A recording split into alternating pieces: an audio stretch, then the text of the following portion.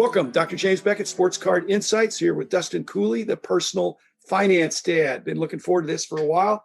Going to hear Dustin's origin story, how he got to his perch in the YouTube universe as an authority, and has a lot of great things to say. We're going to hear from some of them. But first, thanks sponsors, Panini, Topps, Upper Deck, Heritage Auctions, Huggins & Scott Auctions, Mike Stadium Sports Cards, Burbank Sports Cards, as well as ComC.com and Beckett Media, Beckett Grading, Beckett Authentication. Dustin, I've followed you. I don't know that I've followed you as closely as you've followed me, but I have followed you, enjoyed your work on YouTube. Let's hear your story. Welcome to the show. Thanks for having me. I was telling Dr. Beckett before we came on, this is like meeting with a rock star or something, like meeting Axl Rose or Mick Jagger or something. This is great. Thank you so much for having me on. As far as YouTube is concerned, started watching YouTube a couple of years ago, and about 18 months ago, really started to watch a lot of collectibles and a lot of sports card stuff. I saw more and more channels starting to pop up, and it was something that I was already doing. I had gotten back to into the hobby about 3 years ago after a 25-year hiatus. From my youth. I'm about to turn 40 in May, so I joke about it's like my midlife crisis coming back into the hobby, but I think of that as a positive thing. That's usually got a negative connotation to it. I don't really look at it like that. I think it's more of reconnecting with my younger self in a good way. Got back into the hobby about 3 years ago, buying and selling cards. I also buy other collectibles. Graded comic books are of interest to me as well. And the YouTube piece, I don't have any sort of a broadcasting background or anything like that at all. No YouTube experience, but I just saw that more and more kind of average Joes just getting out there and talking about it. And then I was also hearing, I know people do mention Gary Vaynerchuk, like him or dislike him. He's a very motivational guy. And I was watching more of his stuff, especially as we got early into the pandemic. And I was like, well, why wouldn't I do this? Because a lot of his advice is just put yourself out there. If you have something you're passionate about, just get started and create content. When people ask him for advice, it's always the same exact advice. Just make more content about that thing. It's very simple. So that's what kind of got me on the YouTube train. I was nervous starting out. I've never really been in front of the camera or anything like that. But once you just do a bunch of videos, then it's second nature. You gain more confidence. It just kind of grew from there. Why are you personal finance dad? You went from being a kid collector to the personal finance dad, and you skipped a couple decades in there. So you're probably a dad. What's the personal finance connection? Because it seems like mostly now it's about sports cards.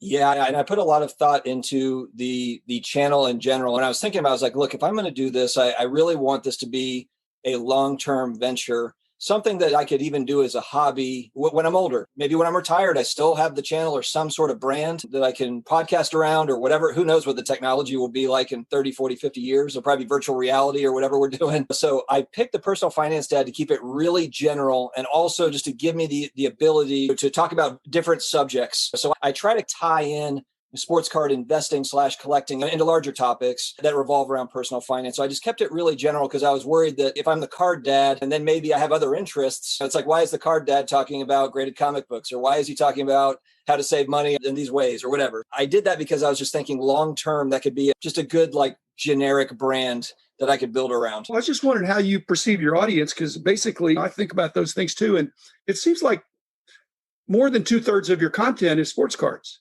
3/4, would you say? Yeah, definitely.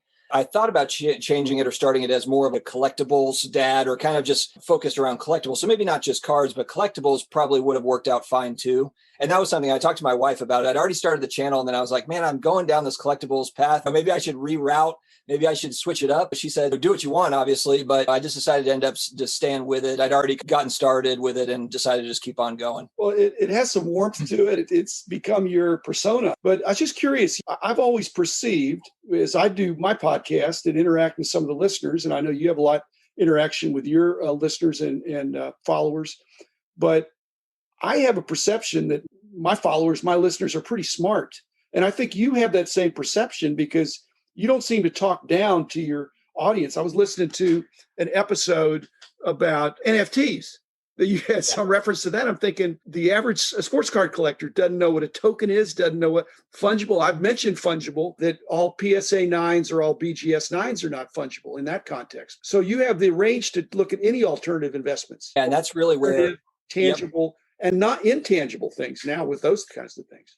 Exactly. And that's where I wanted to be able to branch out. And I do look at my channel as more of, I'm opening up a conversation about hot topics. So if we're talking about NBA Top Shot, we're talking about NFTs. I look at it as more of a, hey, I'm not telling you what to do or how to think about this topic. I just want to start the conversation and build the community.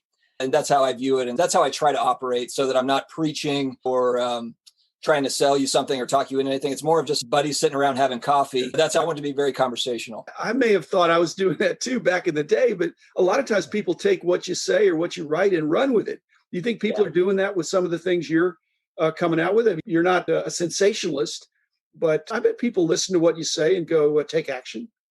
I do try to be careful with it. I know that as my channel has grown too, early on, I didn't think anything about that. When I had 500 subscribers or 1,000 subscribers, and even now, I don't feel that I have some massive influence.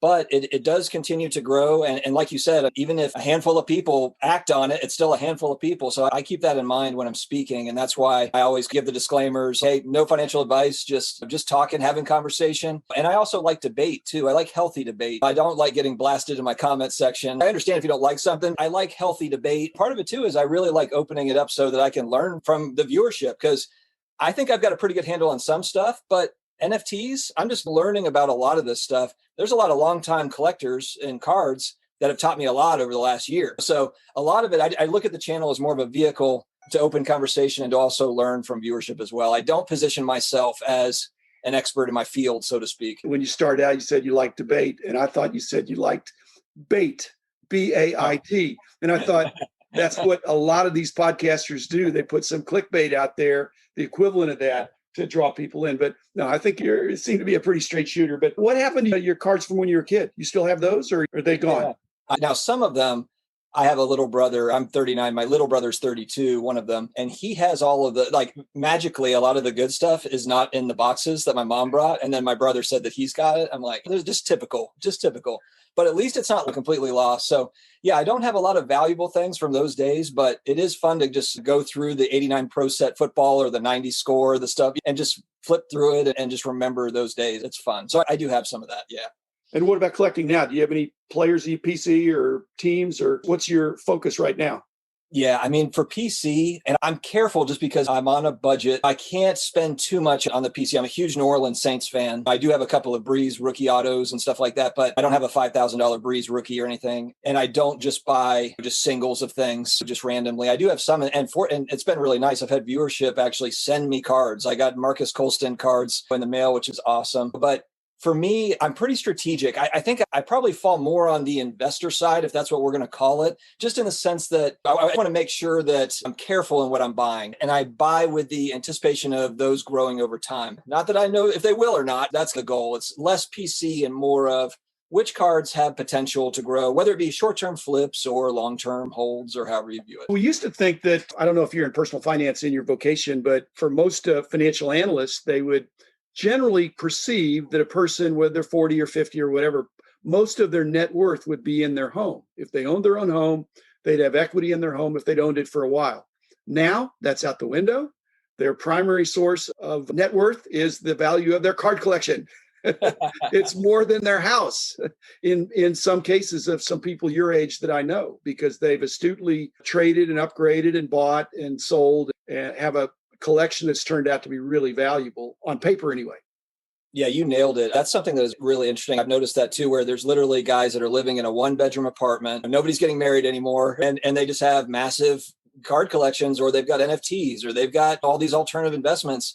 And like you said, that goes against traditional finance, the stuff that you're supposed to do, what society tells you to do. It's very interesting. And I could go into all the different factors of that. There's so many kind of macroeconomic things that are probably making people nervous right now. I don't know if you want to dig into all that, but what's your vocational situation? I'm an IT recruiter for a large company. And I did own an insurance agency previously. I've worked in finance. I do have a finance background. But for the last 5 years, I've been in recruiting, and I really enjoy that. I segged out of the finance world into more recruitment. It works hand in hand. There is a sales element to recruiting. It's challenging. I'm in Raleigh, North Carolina, which is a pretty big tech town. It's not a big town, but it's like little Atlanta. There's a lot of tech companies here. We got Research Triangle, right? All that stuff going on there. Yeah, I almost did a postdoc at NC State. Oh, okay. Too long ago. And it was going to be in biostatistics. And I didn't take it because I'm just not that strong in science. I'm more of a math and statistics guy, but might have been valuable in this COVID time we're living in. Could have worked at the CDC. Absolutely.